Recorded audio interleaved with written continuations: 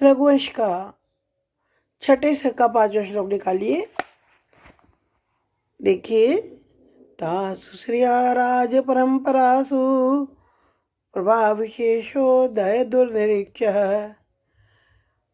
सिद्धात्मा व्यरुचद विभक्त पयो मुचां पंक्तिषु विद्युतेव।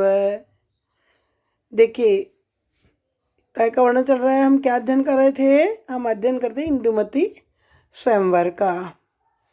तो उन पहले कहे गए राजाओं की पंक्तियों में मानव लक्ष्मी ने विशेष प्रकार की कांति को धारण करने वाले अज के माध्यम से अपनी शोभा को हजारों प्रकार से वैसे ही बांट दिया जिससे बिजली अपनी चमक को पानी की वर्षा करने वाले बादलों के बीच में हजारों तरह से विभक्त कर देती है। इस चमक से वे सभी रुचिकर हो गए कि शब्दकार देखिए, पहले अन्वय श्लोक क्या तासु राज परंपरासु श्रिया पयोमुचां पंक्तिषु विद्युतायु सा सदा विभक्ता प्रभाव विशेषोदय दुर्निरीक्ष आत्मा व्यरुचत।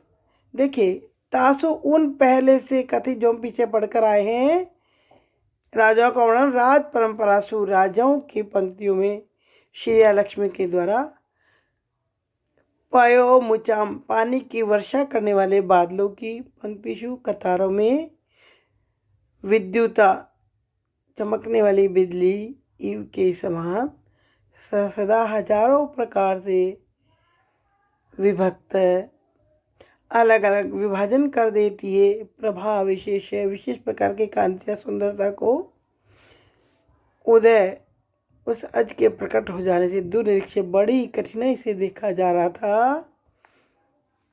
आत्मा यानी लक्ष्मी या सुंदरतामय रूप को विरुचत ऐसे विशेष रुचिकर लग रहे थे। भाव यह है कि स्वयंवर के उस स्थान पर पहले से ही राजाओं की पंक्तियां बैठी हुई थी।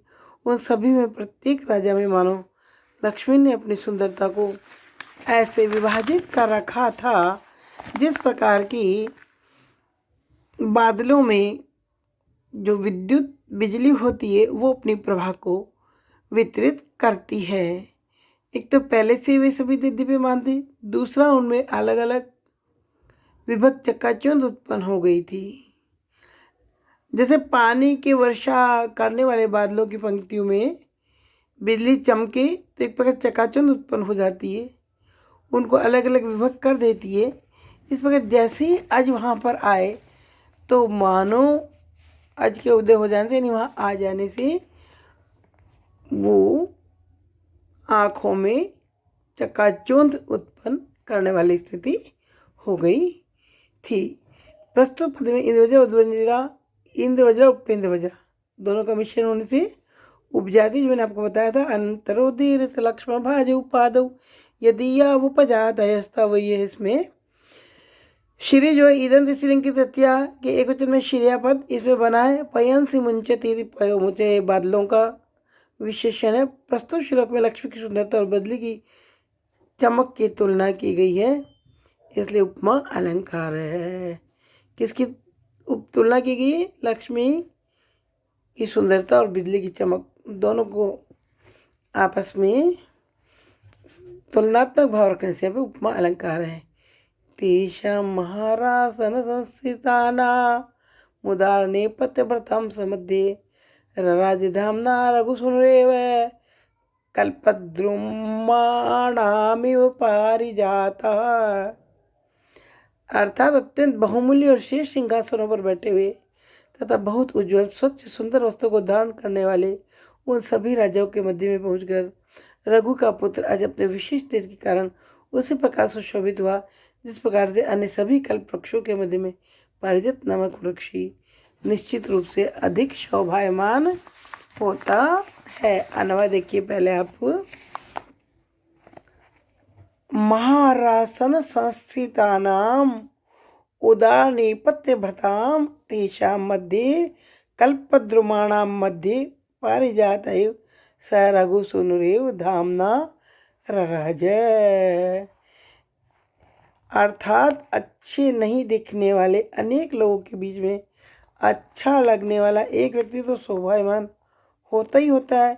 परंतु यहाँ तो जितने भी राजा उस सभागार में पहले से विद्यमान थे, वे सभी अत्यंत बहुमूल्य और श्रेष्ठ दिखने वाले सिंहासनों पर बैठे हुए थे।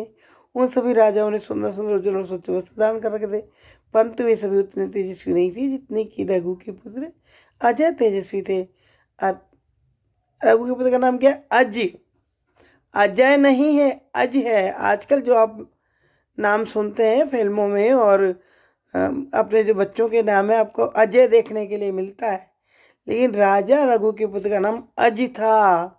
अजय और विसर्ग के कारण हम संस्कृत में अजय पढ़ते हैं, लेकिन हिंदी में वो अज है, राजा। तो रघु के पुत्र अज तेजस्वी थे, अतः अपने विशिष्ट तेज के कारण उन सभी के बीच में वैसी अधिक शोभायमान होते थे जैसे अन्य समस्त कल्प वृक्षों के मध्य पारिजात नामक वृक्ष ही ज्यादा सुंदर दिखता। आपने पारिजात का वृक्ष देखा है? पारिजात के वृक्ष का एक नाम हरसिंगार भी है। नेत्रुदा पौर्जनस्य तस्मिन् विहाय सर्वान् नृपतिन्निपेतु मदोत्कटेरे चित्पुष्पवृषा गंधद्वीपे वन्ययुद्विरेफा। जिस प्रकार भ्रमर समूह फूलों से खिले हुए और सुगंधित वृक्षों को छोड़कर लगातार मधजल को बहाने वाले तथा वन में निवास करने वाले हाथी पर जा बैठता है, उसी प्रकार नगर में निवास करने वाले नागरिक गणों के नेत्र समूह अन्य सभी राजाओं को छोड़कर उस राजा नल के ऊपर ही जाकर के केंद्रित हो गए। यही बात इस श्लोक में बताई गई। एक बार अन्वय देखिए। पूर्जनस्य नेत्रव्रजः सर्वान् नृपतीन् विहाय मदोत्कटे वन्य गंधादिभिः रेचित पुष्पवृक्षा द्विरेफायु तस्मिन् निपेतु। अर्थात प्रस्तुत श्लोक में अन्य सभी राजाओं के बीच में उस अकेले अज की विशिष्टता का वर्णन एक प्राकृतिक उदाहरण के द्वारा किया जा रहा है। सामान्यतः भ्रमरों का समूह खिले हुए फूलों वाले और सुगंधित वृक्षों पर बैठता है, वातावरण भी वहाँ अच्छा होता है और फूलों का रस भी पीने को मिल जाता है। परंतु यदि अचानक जंगल में रहने वाला हाथी वहाँ पर आ जाए और उसके गंडस्थल से मधजल भी निरंतर बह रहा हो, तो सारे भंवरे फूलों तथा वृक्षों को छोड़कर उस हाथी पर जा बैठते हैं। उसी प्रकार से उस सभागार में अज के पहुँचने से पहले सारे नागरिकों की जो नजरें थी अन्य राजाओं पर लगी हुई थी, कौन कितना सुंदर है, क्या पहन रखा है, किंतु अज के प्रवेश करते ही नागरिकों के नेत्र समूह ने दूसरे सभी राजाओं को तो परित्याग कर दिया और केवल अज पर ही जा कर के नजरें उनकी टिक गई।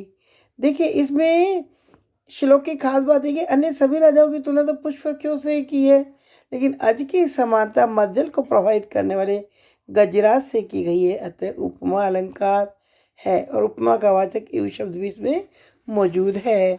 पूरे भवाइति पोरा नगर वसंत इति नागरिका, अर्थात पूर्व में रहने वाले पोर तथा नगर में निवास करने वाले नागरिक कहलाते हैं। इस तरह ग्राम में रहने वाले ग्रामीण कहलाते हैं। अतिस्तुते बंदिवीरन्वयज्ञये सोमार्क वंशे नरदेवलोके सच्चारिते च गुरु सारयोनौ धूपे समुत्सर्पतिवे जयंती।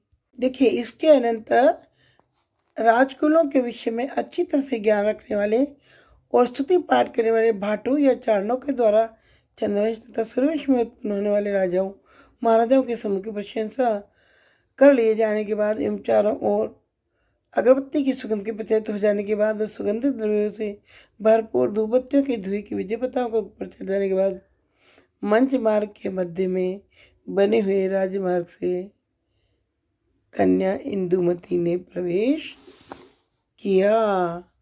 पहले आप अन्वय देखिए श्लोक का, ताकि आपको बहुत अच्छे से अर्थ समझ में आ जाए।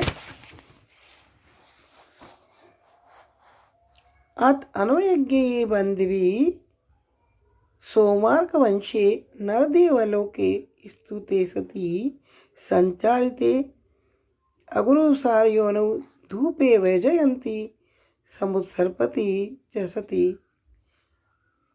और भाव ये कि कन्या मंचांतर राजमार्ग विवेशित, ये तो अगले श्लोक में है, लेकिन फिर भी पूरे श्लोक का भाव नहीं समझ में आ रहा, इसलिए इसमें दे दिया है।